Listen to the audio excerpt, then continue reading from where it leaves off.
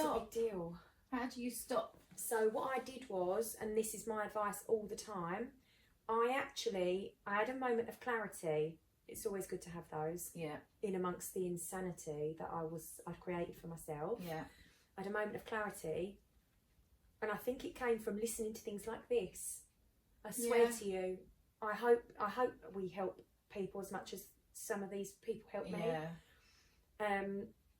How to get your energy back, how to take your power back, how to heal from relationships. And I took the advice literally, as hard as it was, and I didn't want to. Yeah. So I actually messaged him and said, you need to change all of your passwords. I've got access to everything. Yeah. He went, I don't care, we've got nothing to hide. And I was like, you've got lots to hide, I read it all the time. I went, I don't care. Yeah. I want you to change the passwords to everything. Change them all. And I told him, find my iPhone, this, that. I don't want access. Yeah. I took it out of my own hands. Yeah. Like an addict. Yeah. I need you to take the drugs away from me. Yeah. Because I don't have the strength on a weak moment to not do it. Yeah. I did what I needed to do. And it was hard. I didn't want to. Yeah. I fought with it for days. I knew I had to. Yeah. I didn't want to let go. It became an addiction. What was I going to fill my time with then? And did that mean that I had to let go of the relationship even more? So then I really have split up with the father of my daughter against all of my beliefs and my blueprint that I should never do that? Yeah. That's really scary. I had to let go of some more of the rope. And it's all just baby steps. And baby steps, whatever they look like for you, because you know what you need to do. What behaviour is it that you're engaging in that's feeding that horridness in you? What is it? Do you message the girls that you see him talking to you? Do you follow him out to places and go in and confront him in front of people? What toxic behaviour are you doing? Yeah. What was yours? It was just all in my head. I never actually did anything. I never went through his phone, but I just used to probably make notes in my head. I mean, I did when there was a big lie, and I did check his email, and then I found out that was true. But that was actually before kids, and I did think actually, when I found out that, I could have been like, do you know what, this is weird and I don't want this, but then I wouldn't have my children. No. And that is why I didn't, was because I've got them, and I wouldn't change that for the world. But same. Yeah, I did go through his email, and I did actually, because he's got the same password for everything. He's still got the same password. I know that from his Spotify account that the girls use. And I think, God, he has not changed his password in all that time. But now when you sign into stuff on Apple, it tells you, doesn't it, your thing's being signed into from, or you get codes, and it's all two-step verification, isn't it? So not that I've wanted to, but there was something not a little while ago that I thought, because with him, he doesn't pay me because he's not, even though he's working all the time, he's not getting paid apparently. And there was just little lies about that, and I was thinking, I don't wish I could sign it, but I could just fucking look at your emails. But I wouldn't do that, because I'm like, do you know what? It's up to him. He's not the one that's paying for his children. I'm all right. I've got more jobs to support us. I'm doing it. I'm looking after him. He can.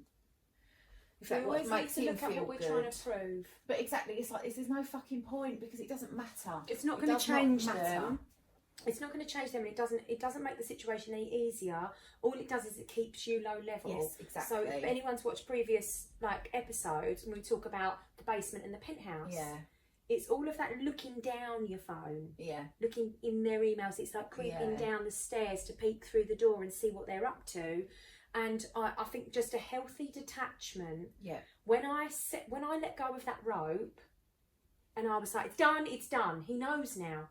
I can't. I was unsend. It's too late. Yeah. You know, it's too late. He knows, and he always knew. He knew, and he loved it, because it meant, of course, he didn't want to split up. Yeah. He wanted me back. Yeah. So he's thriving on the hopefulness that I'm going to stay addicted. He's laying breadcrumbs left, right and centre. Yes. He went to that hotel with that girl, left his phone on the side. Yeah. He drove up there on a night he knew he was supposed to be on the page, which he would never do. Yeah. Because he wanted me. Yeah. He wanted it to happen. Yeah. Because he'd been saying, is there any chance? He wanted to trigger a response out of me, and he did. We were playing this weird game. Yeah. And you've got to say, I'm out. I'm out. Wave your little white flag. Yeah.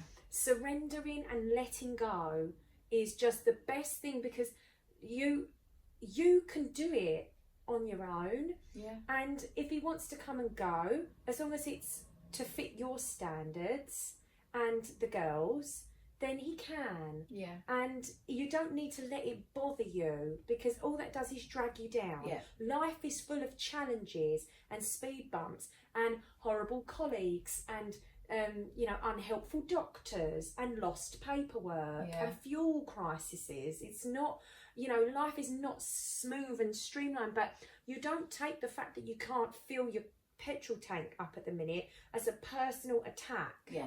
Yeah. Are they lying? Is there a conspiracy? No, but let's talk about this. Yeah. Who is there? Some kind of weird thing? Are we going to be at war soon? Like, what's going on? Like, we just accept. I'll fill it up. I might have to wait. Yeah. Or I can't do my journey. I know a lot of people, but a lot of people do get very, very emotionally involved. Yeah. Because they're not in control of their inner life. They're going out to blame, and it's all the people that go ranting on, and trolling and that kind of thing, and it's really unhealthy. Yeah. It starts like this. Told you I was right. I knew I was right. Yeah. Told you I was right about that celebrity as well, and that conspiracy theory. I told you I was right, didn't I? And it's like, oh God, that just gives me a headache. Yeah. Just focus inwards with love. Like, what makes me feel better is not knowing where he is. Yeah. Because first of all, you don't know, and you care deeply. Yeah. That's hard. It's stages. I cared deeply about where he was. I wanted to know. I took away all my toys, so I couldn't know. So then that becomes familiar. I don't know where he is. Yeah. Your adrenal system and everything, your nervous system, it all settles down, because you're not constantly spiked up. Yeah. When you go into, as soon as it unlocks, you get this endorphins, you get the dopamine, you get the hit. So I weren't getting my hit, so I've gone cold turkey on it. I still really cared. But soon, that cup of care empties. You can't keep caring. It's like a slow burn. I haven't looked for ages. It hasn't crossed my mind to look, because I've been focusing forward on self-help. I've replaced some of the times I spent searching and scrolling for that for watching Tony Robbins just talks and listening to different people that are inspiring and that have gone through what I've gone through and are healing, and they're helping themselves. And so I'm facing this way now, and he's still doing what he's doing. Yeah. And he's still doing what he's doing. He's still to this day doing what he's doing, and doing it quite fucking well. Crazy shit. And I don't even know about it. Yeah. And every now and again, somebody will mistakenly think that I need or want to know. Yeah. And it is a mistake. I will just inform you, I don't need or want to know. Yeah. It's irrelevant to me fully now. Yeah. I don't care. But I'll go, wow, the extent of that is still just as brutal as it always has been. Yeah. And yet I couldn't give a flying fuck. Yeah. And it's delicious. Yeah. Oh my God, it's so good. Like to actually say and really feel, I can't wait to not be talking about this. Yeah. Whereas before, I couldn't wait to talk about it. Yeah. I couldn't wait to find the people that would let me milk and drain every single sentence out of my soul around it. Oh, I loved it. Hours and hours and hours wasted. I loved it. It was like my full-on, full-time job and hobby. Oh, I loved it. And now I'm like, are we ready to move on now to talk about? Yeah. And I will interrupt. And so people don't even mention, don't ask. And it's beautiful. And his world is still the same shit show as it always has been. But we're safe on our little island. Yes. And every now and again, I pop her onto his and they float around. And then she comes back. We meet in the middle for her. Yeah. He lives in Crazy Town, but he kind of hops on to a little middle ground with her. Yeah. And they do nice things together. And he still does a couple of mental things. Yeah. But he's his best self that he can be for her. Yeah. So I'm quite happy with that. Yeah. I certainly don't go hopping and visiting Crazy Town. Yeah. No. No. But yeah, so I would say my best advice, slowly but surely do all the things that you know you need to do. You know you need to do them. Yeah. You know that. You know that. In the relationship, if you've got to keep checking, and no, it's just a mate. No. Oh, you're nuts. You're fucking nuts. What's the matter with you? Why are you acting like a crazy bitch? I told you, didn't I, that time I went into his Facebook Messenger and he was sitting opposite me because we were still living together. And I was in his Facebook whilst he was in his Facebook, and he was talking to me about our relationship and texting another girl at the same time. And as I left, he had 3 girls that he was messaging. Just, hey hun, hi hun, how are you hun? And I was sitting there just reading the messages as they were popping up as we were having a conversation and thinking, oh Lord, this is real. God. So I was going to go to the cinema with my friend, and as I walked out I said, just to let you know, I think you've got quite a good chance with Holly. I don't think Amy's interested at all, and I feel like Marie is not sold, but so she's probably your best one, and just walked out.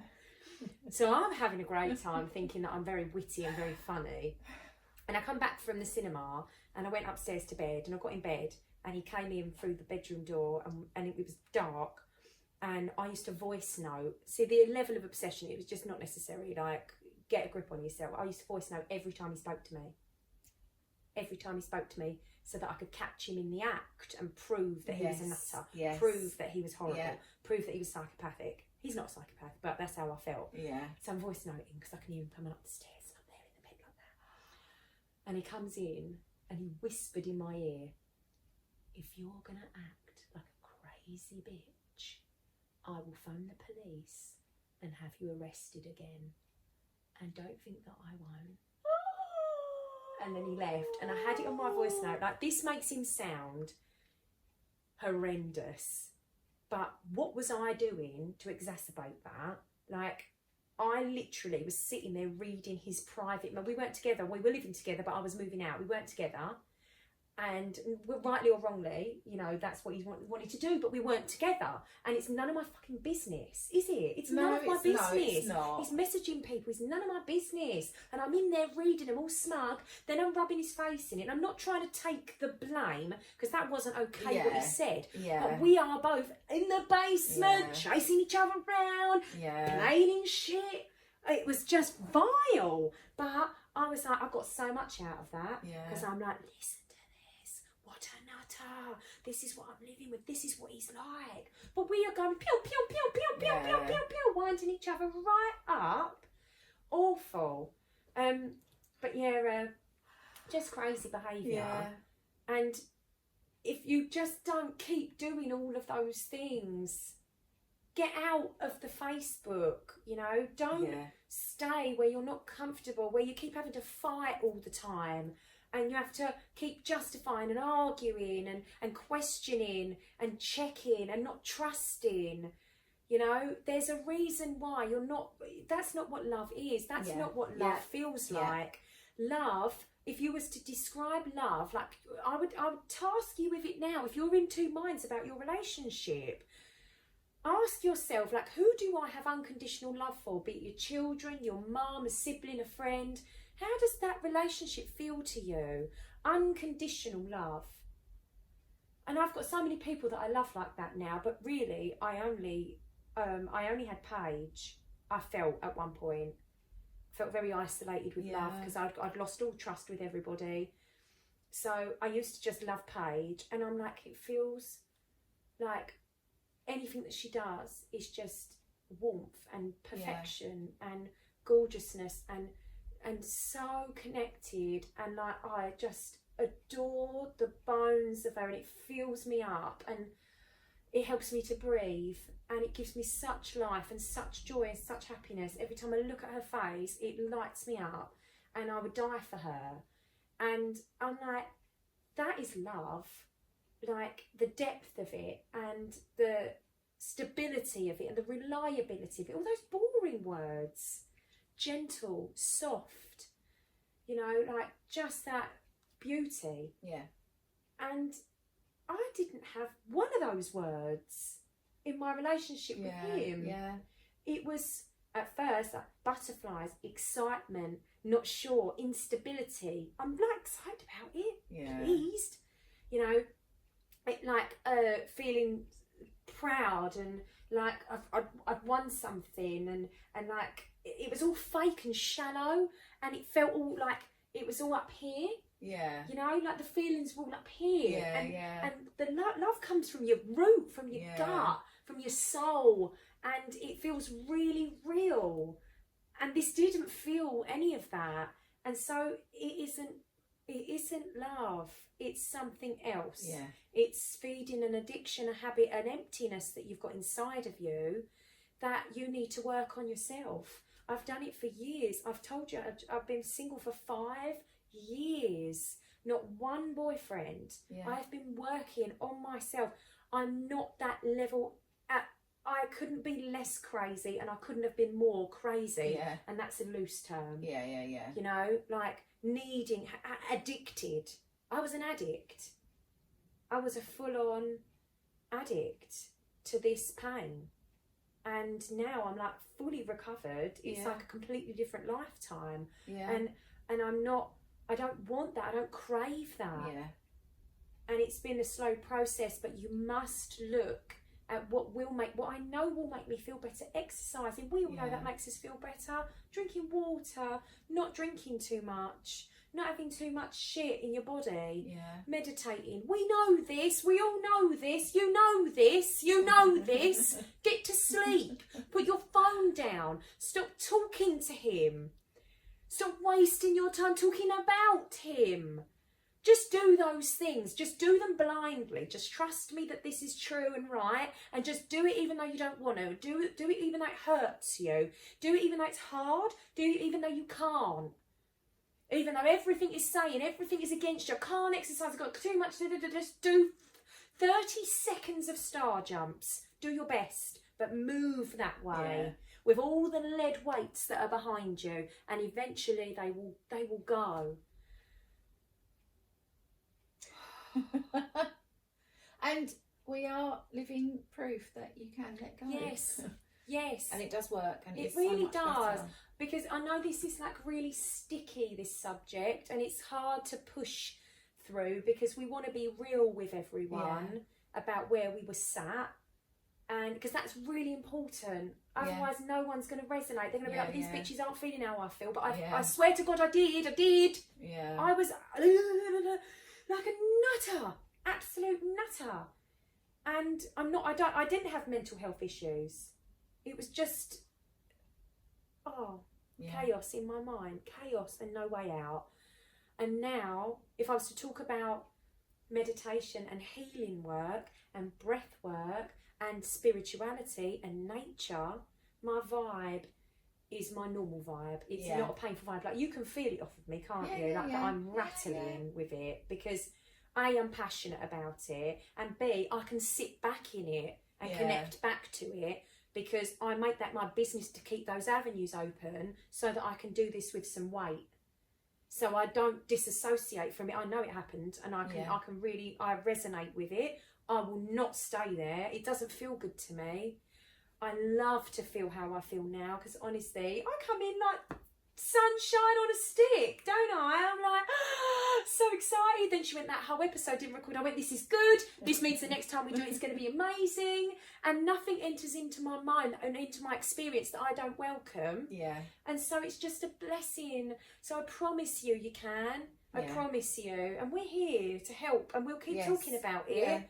Because the more familiar it seems, the more times you hear it, more it's going to go into your psyche, and the more you're going to accept it as a reality, and you might make changes. And we're about that. We want to help you out of the mud.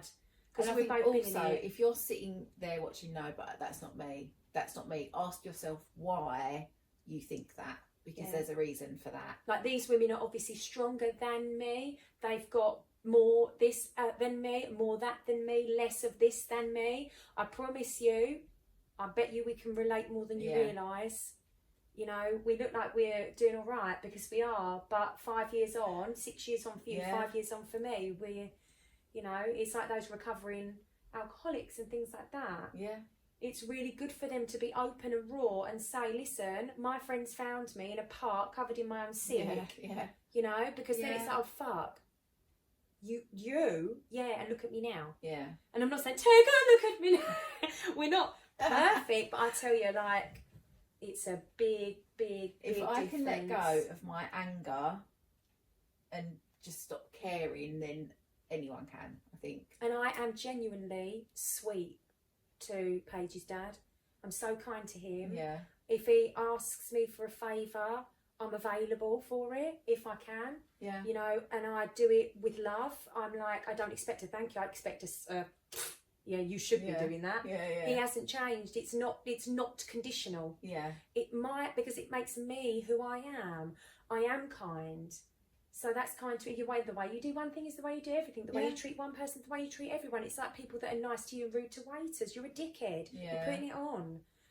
I'm not going to be horrible to him and nice to everyone else. I'm nice to everyone because it makes me feel good. Yeah. So, yes, I will help you. I won't let you take advantage. I've got very strong boundaries, as you know. Like, I'm fucking forceful. Like, I don't mess about, but I'm there to be kind to people, and I can be kind to him. And sometimes, believe it or not, he'll say something that differs to what I think. Not that that's the shocking thing. We know that happens on the reg, but he'll say something that's different, that differs to what I think, and I will get triggered into my standard position of going, how ridiculous, you're a knob, and then I will wait, and I will take it in, and then I will see it with the best intentions, and it allows me to go, he might be right, he might have a point there, and then I can take it on board.